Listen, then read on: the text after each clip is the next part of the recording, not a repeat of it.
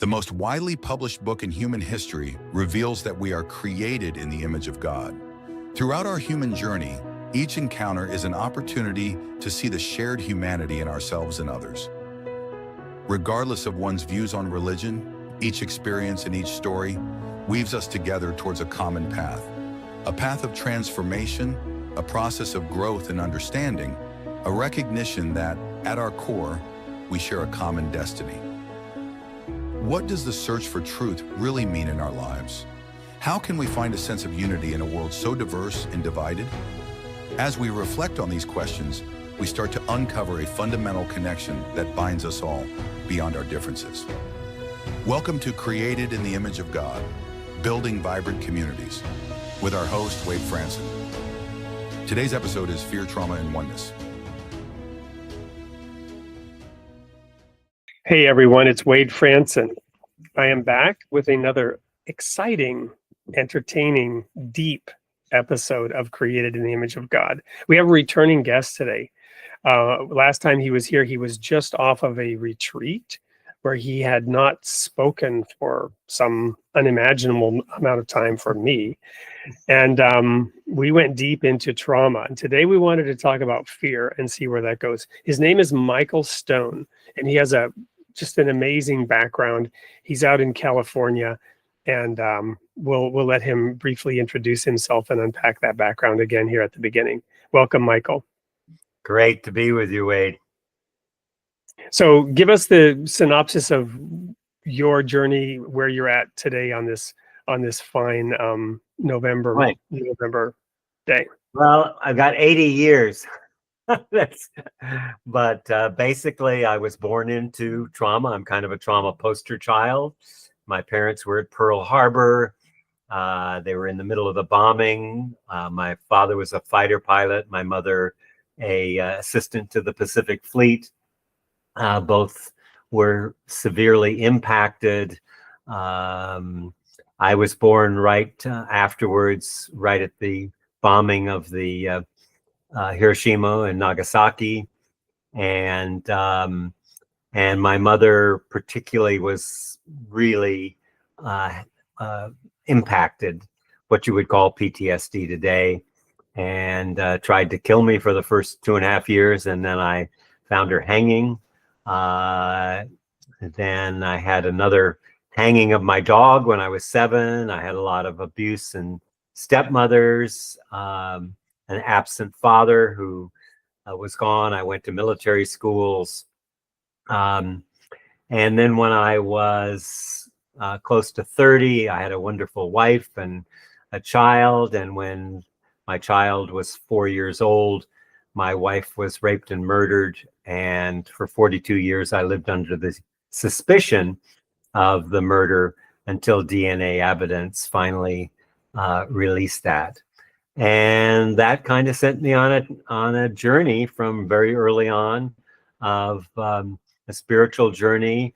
It didn't start out a spiritual journey, but the more I studied and the more I listened to my body and what felt true to me, the more I aligned with the sacredness of life and of doing the inner work that connects us more deeply with God and opens us to healing the wounds that separate, alienate, and marginalize us. Yeah, and every time I hear you give that brief overview, I'm just speechless, and for several reasons. One is it always evokes in me that challenging statement about Jesus, that he learned obedience through the things he suffered. And I'm also floored by the fact that I don't detect any sense of, victimhood, right? In other words, that you've come through all this with the full realization of God chastens every son whom he loves, and not that this is necessarily the chastening, but that no trial seems pleasant while we're going through it, but afterward it brings forth fruit. And as we think about the focus that you have on this highest level order of oneness, and how we're truly all connected. And despite all this, your focus isn't on, the fragmented pieces, the scattered pain, the fragmentation, but rather on the wholeness and the oneness. These are the things that go through my mind as I hear you, tell us about what you went through. Is that sort of a fair summary? Yeah, I think it's very clear. However, I certainly was a victim in the first 3 decades. I mean, I played the victim card. I was into Naturally. drugs and alcohol and basically trying to be seen and get the love that I didn't get as a child.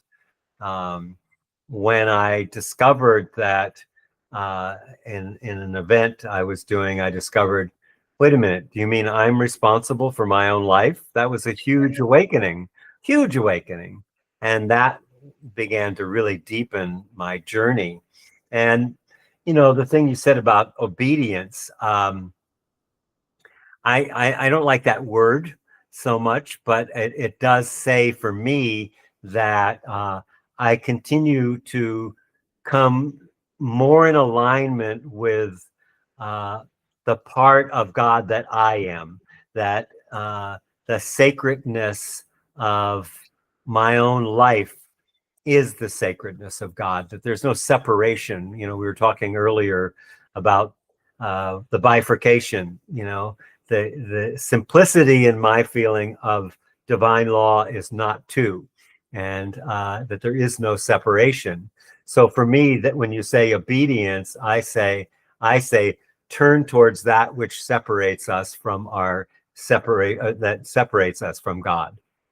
And that turning toward means to turn toward hatred, to turn towards trauma, to turn towards suffering, to turn towards whatever.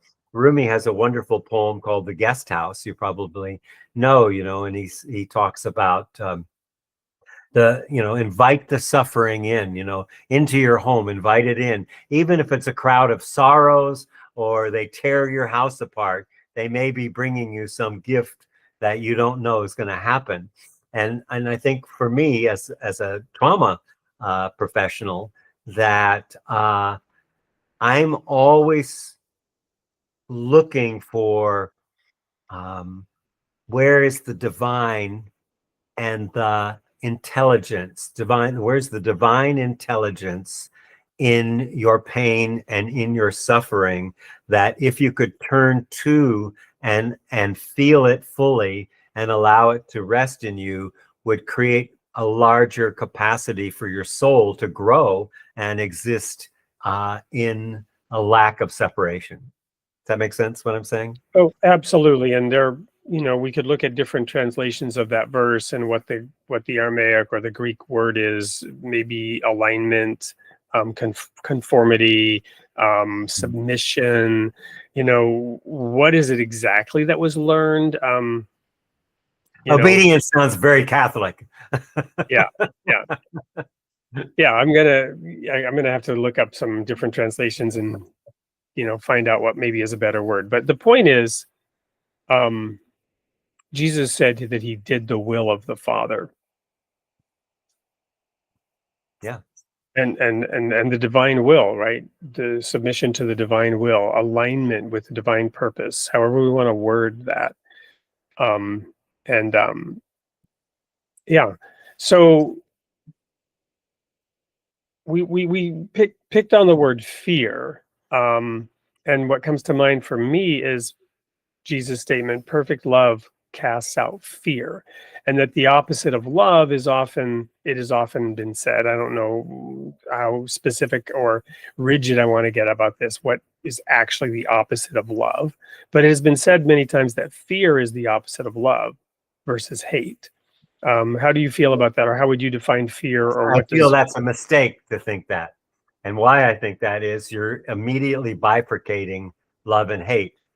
There are times when we need to deeply feel our hatred and allow ourselves to feel it because fear, to use fear as an opportunity for spiritual growth and for soul growth, is to turn towards it, because fear is not something to eliminate.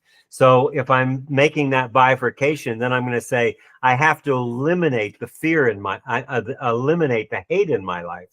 But no, the hate is calling us to look at something that we carry in our life and recognize how it separates us. It's not, fear is not something to eliminate. It's we need to invite it into a deeper grounding of healing and spiritual growth, and meet it with presence and with co-regulation. We talked about co-regulation last time, with connection, and engage with the fear. But what we try to do is get rid of the fear, or push the fear down, or eliminate the fear. All of those things only cause the nervous system to raise their protection and diminish our spiritual self, really. So everything is like, when you look at fear, it's an invitation. So instead of trying to escape or find, the bifurcation of it, the hate and fear as opposites, they live in the same thing. Can I love my fear? Can I love my hate? That's really hard. If I love my hate and bring presence to it, it will actually dissolve, because I'm not carrying it as something out there. My hatred is in here. So it's the part that needs to heal in me. So by bringing more presence to it, and looking at the, well, I have this hate towards these people. What is actually true there? I have fear. Fear is a source of hatred. So what am I afraid of?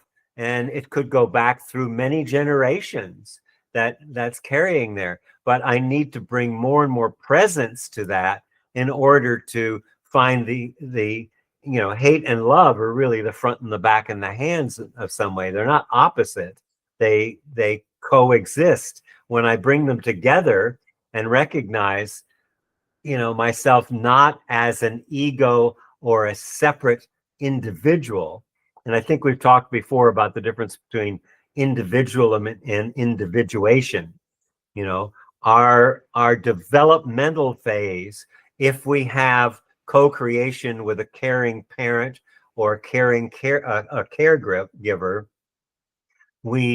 and we're felt, seen, heard, held, and protected, then that co-regulation teaches us how to self-regulate. But if we didn't have that, we can't handle and self-regulate our deep emotions and passions and hatred and feelings and suffering that come up. So when we meet it with awareness and presence, it becomes a source of clarity and a catalyst for growth. So so much of our hate or fear that we carry has been handed down for infinite numbers of generations, passed on from one generation to the next. They're legacy burdens. Let's say my parent was in World War I or World War II, and they had to shoot some people, and it turned out they were innocent. And then the shame and the fear of that I carry gets locked in the body and gets passed down, kind of like a contract with future generations, until one person does the looking and the exploration and says, well, wait a minute. What is this? What is this shame and this fear and this hatred that I carry? What is the source of that? And I begin to really pay attention and bring more awareness. And that bringing presence to fear moves us beyond the instinct of fight, flight, freeze, and allows us to integrate those parts of us that are causing suffering in us.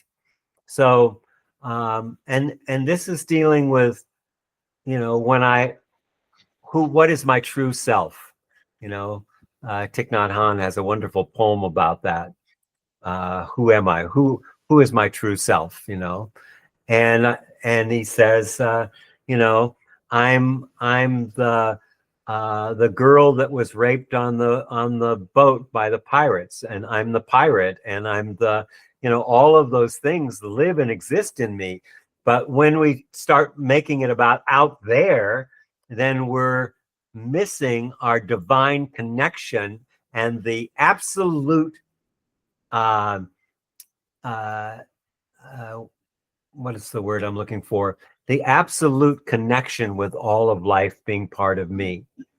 And that's, I think, the work we have to do as Christians or whatever, you know, or just people who are looking to heal the brokenness and the woundedness and the sense of separation that we carry, that's where we need to bring our awareness is no separate self, you know, and that's hard for people to get because you're over there and I'm over here and we're on a screen, but we still have this sense of objects in a world of objects.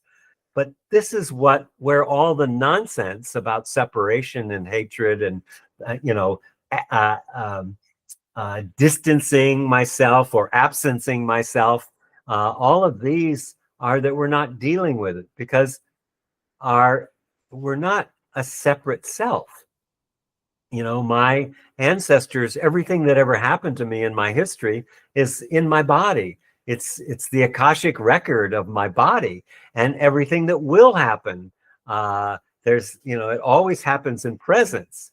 So you know, when I start saying, you are doing this to me, it's your fault, I'm creating this false sense of separation. But, you know, love is allowing myself to feel it all, but not to use it to be separate, because separation is a lack of wholeness from the divine.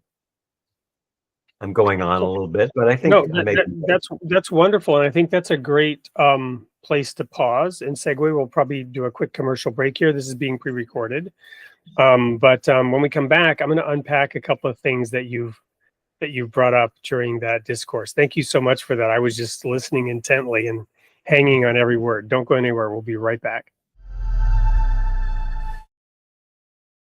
For over 50 years, Michael Stone has walked the path of transformation as a spiritual author, teacher, organizational consultant, somatic guide, and trauma integration facilitator. His work bridges ancient mystical practices with modern healing modalities, guiding people to heal the individual, familial, ancestral, and collective wounds that keep us separate and in conflict. In his newest release, Traumatized, a love story, healing the wounds that separate, alienate, and marginalize us, he opens a profound invitation to heal through love, the force that unites us all. Michael's journey is an invitation to awaken, to remember our shared belonging, and to step into a deeper wholeness together. Discover more at welloflight.com. Welcome back to Created in the Image of God with Michael Stone today. We've just had Michael sort of lay out his perspective on fear, trauma, oneness, and we're going to unpack a couple of things, peel back a couple of layers of the onion here. The first thing is, let's talk about oneness. We recently had a meeting with some friends of ours. We go to a nursing home every Sunday morning, and we have a spiritual family that's been built there over the last few years by invitation of some of the ones there. We've talked a lot about the soul, the afterlife.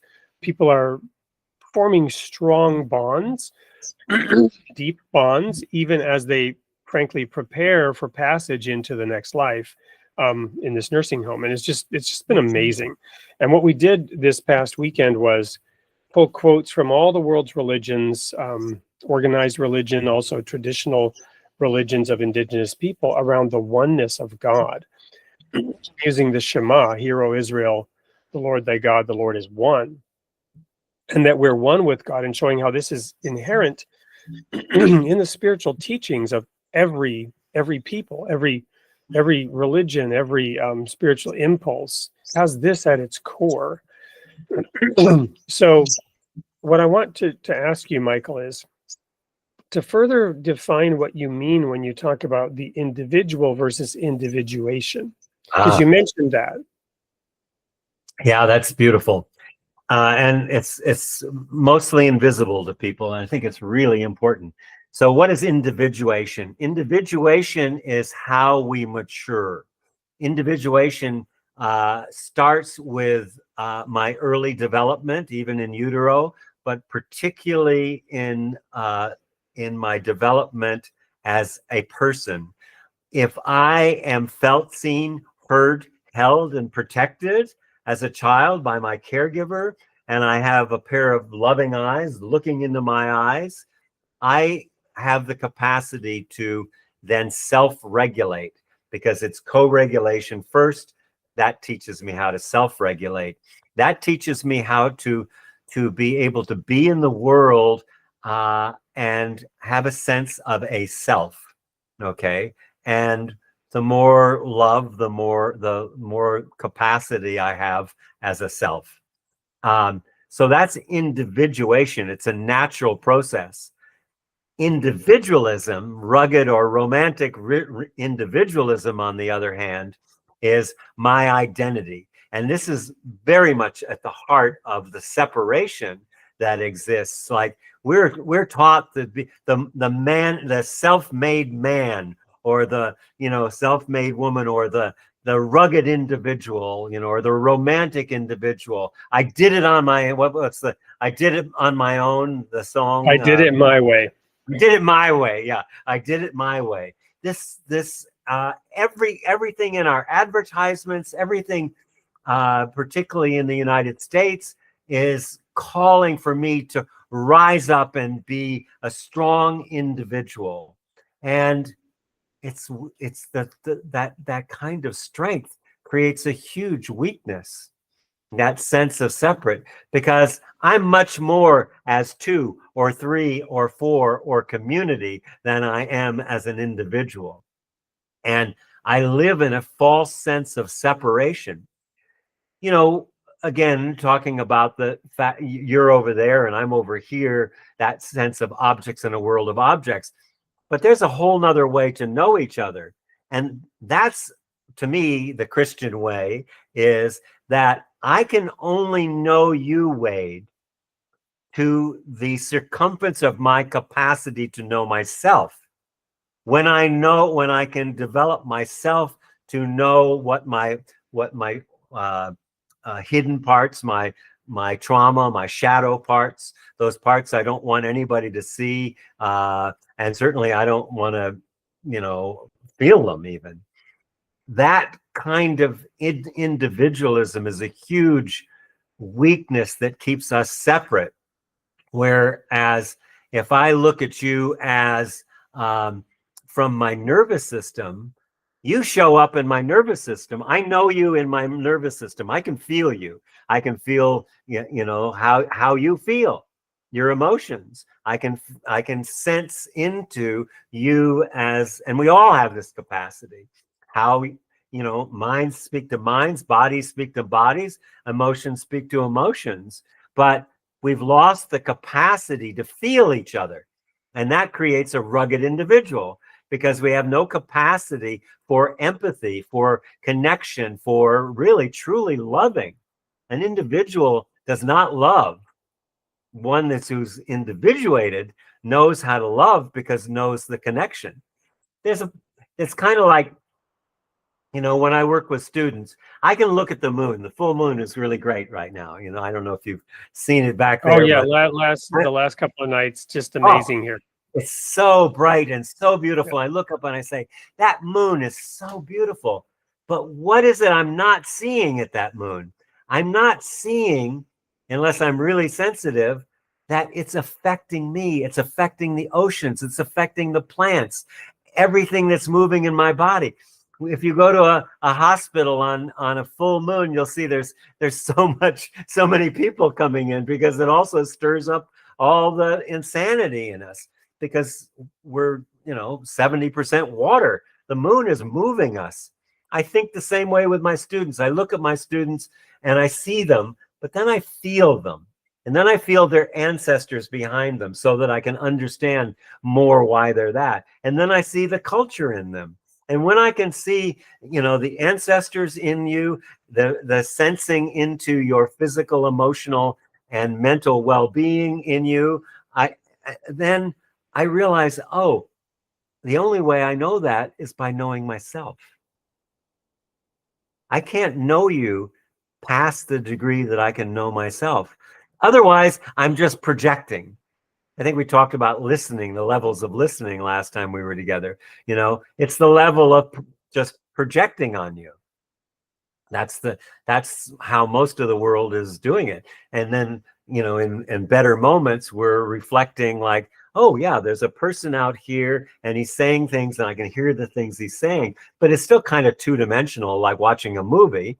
And then I can go, well, I wonder what it's like to be in his shoes. So then I start feeling you, sensing you, being you, and I can go, wow, there's a lot going on here. I can feel sadness or grief. I can feel joy. I can feel love. I can feel compassion. But am I feeling it in you? No, I'm feeling it in me, feeling it in you, feeling it in me. And that's, I think, God's design. Well, allow me to throw out a song lyric here. There's a band that really spoke to me when I was senior in high school and just graduated. Graham Parker and the Rumor. You probably never heard of them. Post-punk band coming out of the pub rock scene in England. And he had this album called Squeezing Out Sparks, which just really made an impression. One of the songs on there was called Protection. And one of the lines in that song was, "It's not the knife through the heart that tears you apart. It's the thought of someone sticking it in." Mm-hmm. And when you talk about, that movement, and it's what's happening in me, right? So I've got the knife, but what's really bothering me is you just stabbed me. You follow me? It's so you've got those two things, and I want to unpack that a little further in a little bit, but let's just talk about that right now. The power of that emotion, right? The power of those feelings that the empathy or the perception or the interpretation of what's happening around us. You mentioned for your own journey that the first 30 years of your life, you were a victim. And I described my early life as I was wrapped around the axle. I was wrapped around the axle of the circumstances of my life, and it took me decades to get over it. Mm-hmm. Yeah. And even that terminology I know is problematic, and a therapist wouldn't use it, but whatever. It took me decades to, and really there were even things that happened when I eventually wrote my story across 3 volumes. It took me a decade. And that process of getting it out on paper and externalizing it was therapeutic. Yeah, that's true for my book too. The last 4 years of writing the book really brought it clear after 80 years. But I'm not clear. Do you have a question about that, or you just? Yeah. So the again, it's really still getting back to individual and individuation, right? And as a Baha'i, we have a little prayer that when you give birth, you whisper that prayer into the baby's ear right at birth to let them know that they're loved and that they're received and that they're welcomed into the world and that they will be cared for and protected.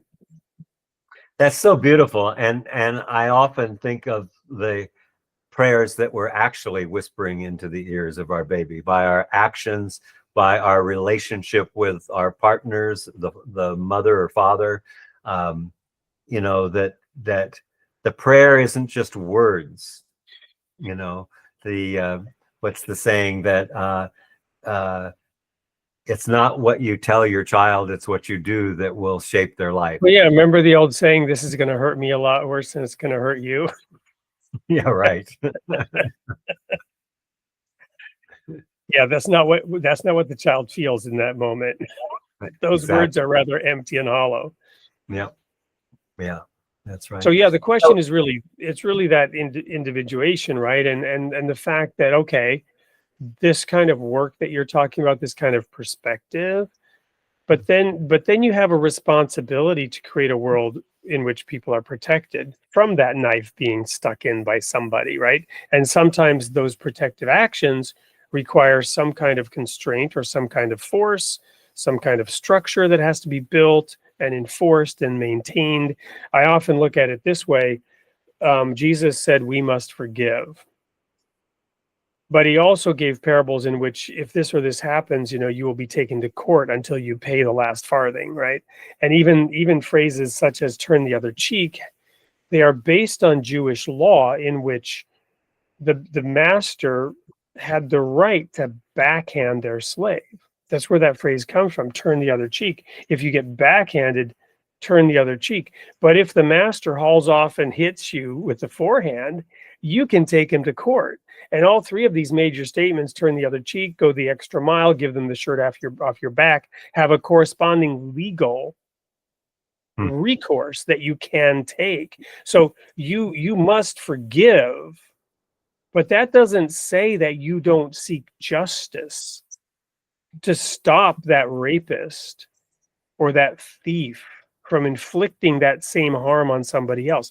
You may, in fact, I would submit, have a responsibility before God to take that person to court and pursue justice, because you can forgive, and I would stipulate you must forgive whether the person repents or not. Your forgiveness is not dependent on that person's repentance, but the next victim's safety is dependent on that person's repentance.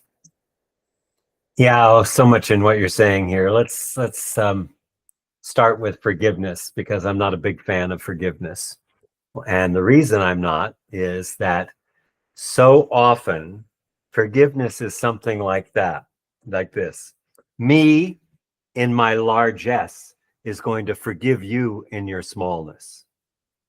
That's very different than looking, like I say, when I work with people, I'm looking back generations, I'm feeling the ancestral pull, looking at someone and being curious about, I wonder how this person got this way.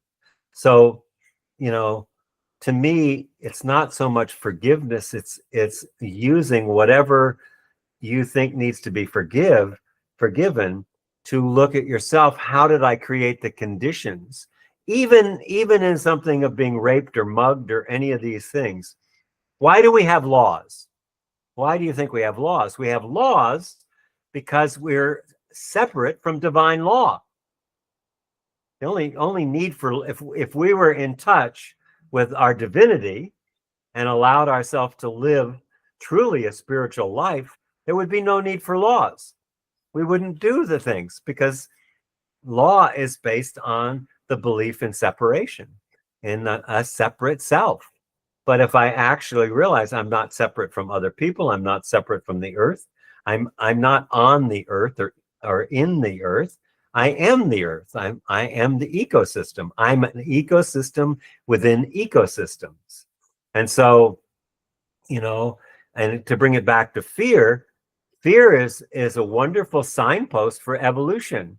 When you look at what's arising in us, even fear and grief, as part of the world's and our own detoxification and in an evolutionary process, offering us a chance for deeper connection and renewal, then that's a whole different place. I don't need to be a separate self. I'm looking to see where's wholeness with this person. If this person triggers something in me and I say, you make me so mad, or you're dissing me or whatever, then I'm not taking the opportunity to actually feel, what is this anger that's coming up with me? Can I love this anger? Can I hold it? Can I be with it? And then that maturation of the individuation tenderizes me so that I can, instead of, blaming it out there, it's all part of what's happening in me. And I can go, really interesting. This person is here yelling at me and arguing with me. Where's the love? Where's the connection? What's, what is it that's needed within us, between us right now to bring wholeness?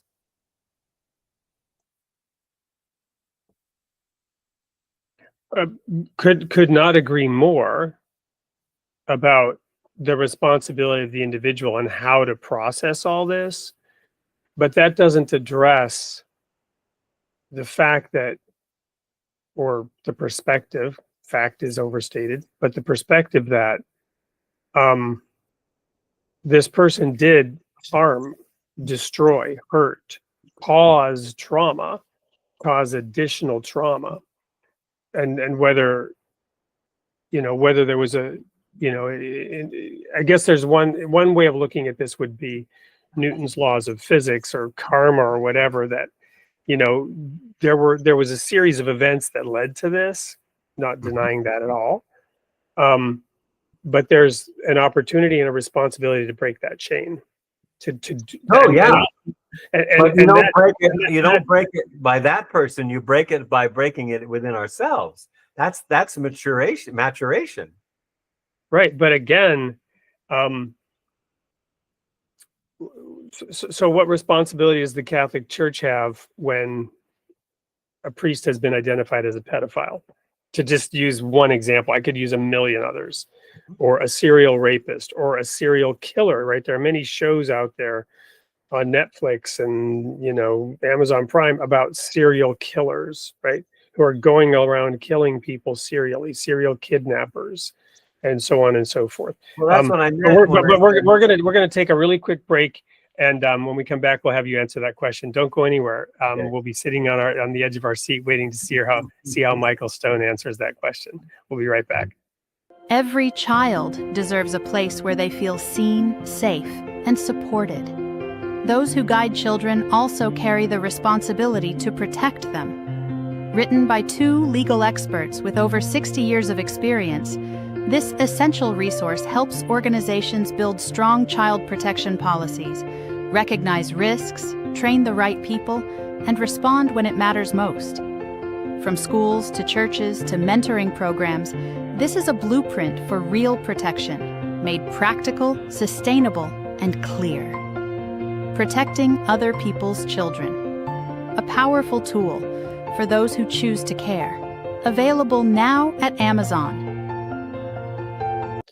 Welcome back to Created in the Image of God with Michael Stone. Right before the break, I asked Michael, what about serial perpetrators, serial harmers, serial inflictors of trauma? What is an individual's and society's responsibility to change that, other than just the work I need to do on myself? Yeah. Well, this goes back to what I said. Why do we have laws? We have laws because we've lost our way. We are not living a life that is honoring divine law and the message of God. So we have to have laws to deal with things like that because we haven't yet learned enough. But at the same time, I'm in the courtroom with the person that murdered my wife. I want him to say, I did this. 42 years just to say, I did this. So I could make something, about, oh, well, I should forgive him. But it's not, again, about forgiveness. It's this person, I'm sitting in the, in the courtroom with the person who has been free for 42 years, who murdered my wife, and he won't speak or honor that. He's got to carry that. One of the greatest things of the 20th century, from my perspective, was the Truth and Reconciliation in South Africa that Desmond Tutu and Nelson Mandela did. They took the perpetrators and they sat them down with the victims, and the perpetrators said, had to say, come to the place where they can say, I did this, and that creates a completion with the other person. So that's the real kind of forgiveness, when there's that kind of energy. But until people are willing to do their own personal work, and I'll push on that, until they're willing to do the personal work, we have to have laws. But the more we do the work, it affects our ancestors that are part of the perpetrators that are coming through us, and it affects the collective, and brings healing to the collective and to the ancestors. And this is what needs to happen from an evolutionary perspective if we're going to survive as a species. But just having a law, is not dealing with the actual what's happening in the human being and the developmental and individuated maturity that needs to happen for us to be a living expression of God's law. Well, again, agree with everything. I think one of the perhaps issues, if you will, to use that word, around the word forgiveness, Einstein said, and I love this quote, things should be made as simple as they can be and no simpler. So the word forgiveness may in that sense be an oversimplification of what's happening. Mm-hmm. But I would submit you have to approach it with an attitude of forgiveness in order for that to even work. And again, we could quibble about what word is being used. What word would you prefer? That the attitude that you bring to that discussion. Yeah, the simplification, the simplification that I would bring to it is not to.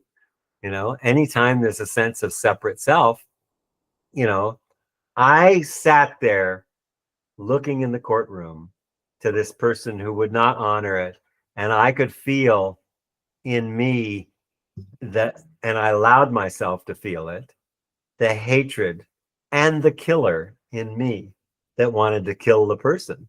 I did that, and I wouldn't call that forgiveness. I would call that doing my personal inner work, my shadow work, to bring that up. So I used that situation over time. It didn't happen right away, but over time, to heal that part of me that has rage, that has, the potential of killing someone or hating someone. Let's just keep it at hating someone. So is there a word you could use to describe that whole process that you're? Yeah, self-actualization.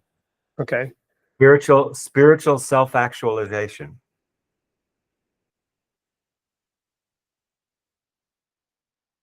That doesn't mean, it never means that I'm condoning the behavior that was causing the harm. I'm not in any way condoning that behavior. But I am honoring the fact that I could have had I had that person's background, I could have potentially done the same thing. Well, okay, so we've had a situation where my sister was struck by a vehicle driven by a man who, in his police report, was way over the alcohol limit. Mm-hmm. And she was killed in that accident. Mm-hmm.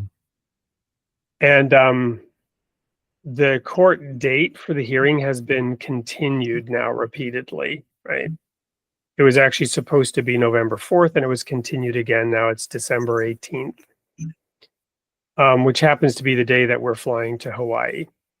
And I've been wanting to fly to this other state and be there for that hearing as my sister's brother, because I also believe that somebody needs to appear in court to represent my sister, who's not there, in the accounting of what happened. To your point exactly, I do want to hear the other person say those words, show that he's taking responsibility for his part in that accident.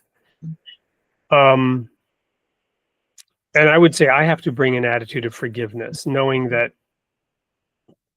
I was in a car with my mother, who was an alcoholic, and she was driving around, and she could have easily done that.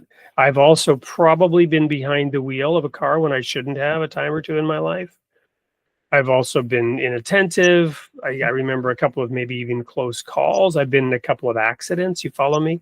Any one of us could have done that. But again, there's a law that you don't drive when you have that situation.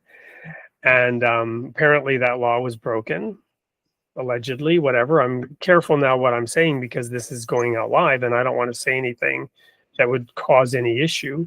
And I'm not mentioning any names, but there's a situation that's being investigated and looked at. And my personal feelings that I bring to that event are exactly that, a holding of accountability, while at the same time I personally have to bring an attitude of forgiveness, my words. Or you could say but to me the term self-actualization have a certain ring to them that, yeah, I'm doing this for me. And I am, of course. If you don't, I would have said, if you don't forgive, you're only hurting yourself. Mm-hmm. So you're doing that for yourself as much as you are for the other person. Again, discussing a difficult context here, or difficult concept that has many facets.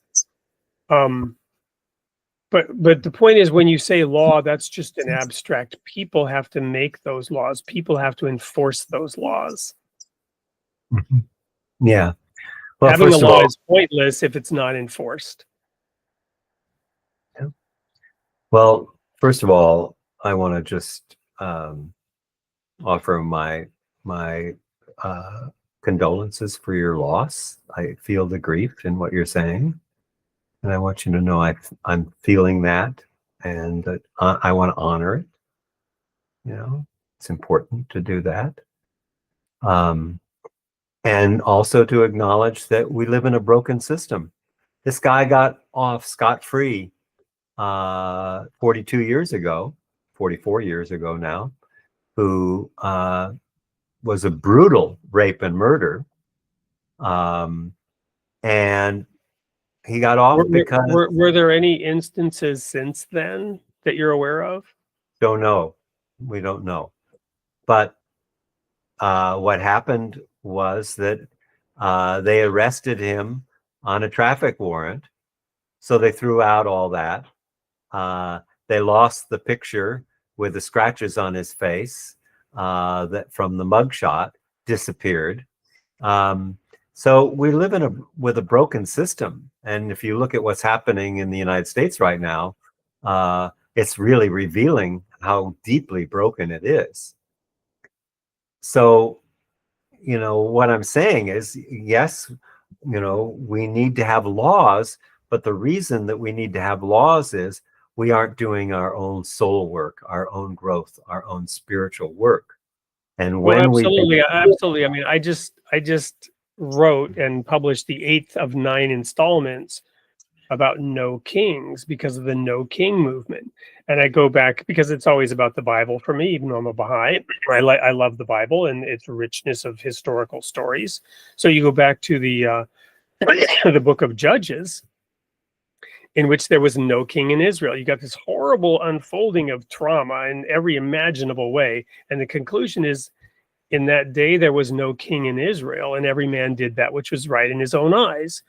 Fast forward to the next book, and you have the book of Kings 1 and 2, and you learn that as a result, the people said, we want a king, right? And they went to Samuel and they asked for a king. And Samuel went to God and said, but now the people want a king. And God says, they haven't rejected you, but they've rejected me, that I should not rule over them. Go and tell them, you get a king, and he's going to do this, this, this, and this, and this, and this, and you're not going to like it, and you're going to come crying to me saying, remove this king, right?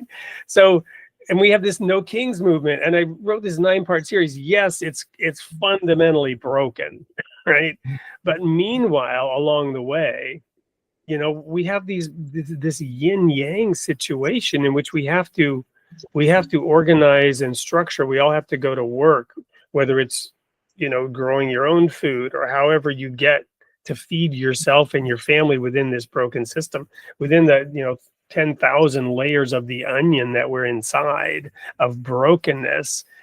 We talked about the doctrine of discovery in our discussions, and how going back to the 1,000 years ago and more, that a construct was created around how certain groups of people were entitled to go own the land that they discovered, right? And how that led to a further, an ongoing hairball, that can't be, Gordian knot. And and we have to live within it. And we all have our jobs to do, whether you're a fireman or an accountant or a policeman or a janitor or a nurse or a doctor. I can't imagine being a doctor living within the current medical industrial complex that has been constructed, and I deal with some limited amount of laws and regulation, in the fields that I am. I actually deal with a lot of lawyers and contracts and stuff, but I can't imagine working within the medical world. Yeah, it's pretty crazy. We have system upon system that is broken. And the first place that I say is to start is with my own shadow, my own nervous system, my own shadow. The minute I want to lash out at someone else, I've trained myself to go and try to see deeper than that. And the more we can see people deeply, no matter what they did, in their divine essence, the more these things will change. When parents can be conscious enough to support their children by being there and being present and giving them the love they need and the nurturing they need, it's a lot of it's just starting to recognize that I'm passing down the things that have been handed down through generation after generation to generation. But it's all born in this thing that we call trauma, which is basically unfinished past. It's unfinished because it isn't in alignment with divine law. And so we can call it all kinds of things. You might call what I'm talking about as forgiveness, but I put it on another level of just the general, okay, I forgive you. It's more a matter of coming to grips to see yourself in the other person, the perpetrator. Can you see yourself in the drunk driver? You said yes. I can see that. That's more important to me than saying I forgive you as a declaration. It's, yeah. No, and again, I agree with you. I'm not trying to quibble over that. I'm just not wanting to be too dismissive of what somebody means when they say that. Yes. We could assume they mean one thing, but maybe they have a great and a deep appreciation for it, in fact. Yeah. Yeah. But again, the more I can feel you feeling me, feeling you with other people, the more that confusion goes away. Integrity is not morality. Integrity is wholeness. Integrity means it's whole. We have many breaks in our integrity in terms of the human condition right now. That's why I'm, two things. I'm very focused on the shadow work, and I'm very focused in building communities like you are, where the healing can take place, where people can actually be felt, seen, heard, held, and protected with others, and feel safe enough to not lead to those kinds of things that end up with rape and murder and drunk driving and overdosing and all the different issues that are out there. But even if you look at the law, Wade, and say, at the legal system, pretty much any of the laws are kind of a stopgap because people are not operating with integrity, with wholeness. Well, of course, couldn't agree more. And, even the transition from Moses, the lawgiver, to Jesus 2,000 years ago already unpacked that, right? And Paul's explanation, the law was a schoolmaster training us to bring us to the fulfillment. Right. Exactly. So, but sadly, and then Paul also said to the Corinthian church, basically, you're not weaned yet, and you need somebody to go back and teach you the basics again. You didn't get it. He says, you're drinking milk, and you should be at this time able to digest meat. Strong meat belongs to those who, through reason of use, have exercised their senses to discern good and evil. So along the biblical journey, you have the tree of the knowledge of good and evil, which in the beginning, people were told not to eat. And then, you have the whole serpent story, and we could spend hours unpacking that. I think it's an amazing story, a misunderstood story, a misapplied story, but a perfect story. When we fast forward, Paul unpacks it by saying, basically, God always intended you eat of that tree.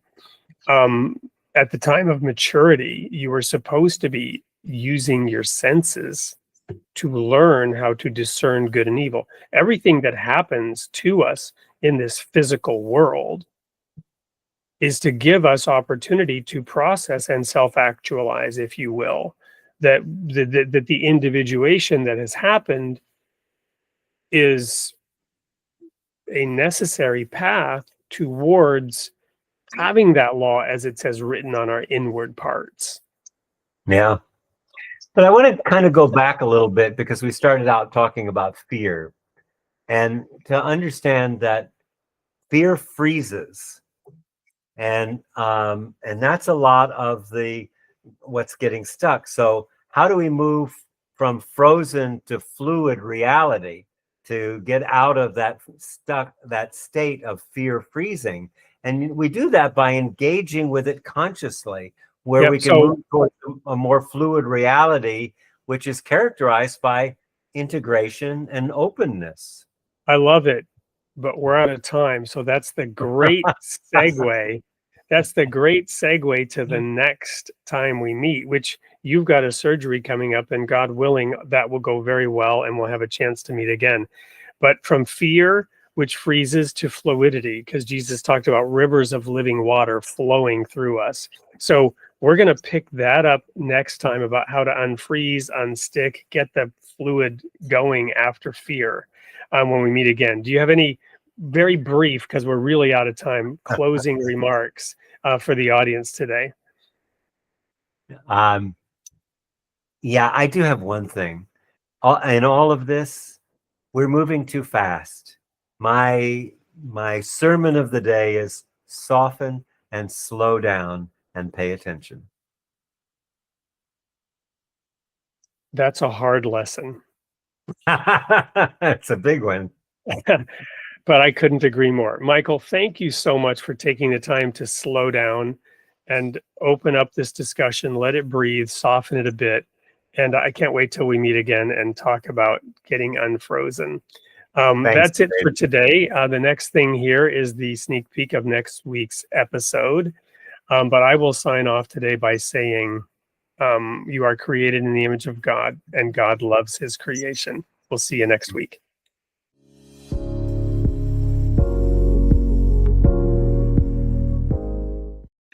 Hey everyone, it's Wade Franson, and I'm here with a sneak peek for episode 203, airing on Sunday morning, 7 a.m. on Created in the Image of God on December 14th. I have in the studio Mark Vernon, who is an accomplished scholar and an experienced educator, journalist, ex-vicar, and so much more. And we've just had an amazing hour, packing so much into this show, and we've run out of time, but we're going to do a really quick sneak peek. So Mark, what can the audience expect when they tune in to hear your discussion with me on December 14th?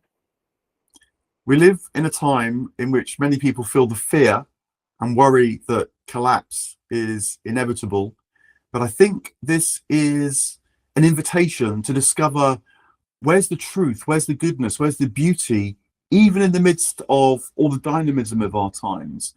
And if there were one thing that I think we came to in our discussion, it's how to see that, how to perceive that more fully, using particularly the great figures of the Platonic and the Christian tradition. Absolutely. And some of the men that you've done deep research into, like Dante and others who the audience will be delighted to hear about, but also some more popular figures like Frankenstein, vampires, and zombies that we discuss at the end. So there's something for everybody this coming Sunday at 7 a.m. Central Time on Created in the Image of God on December 14th. We'll see you there.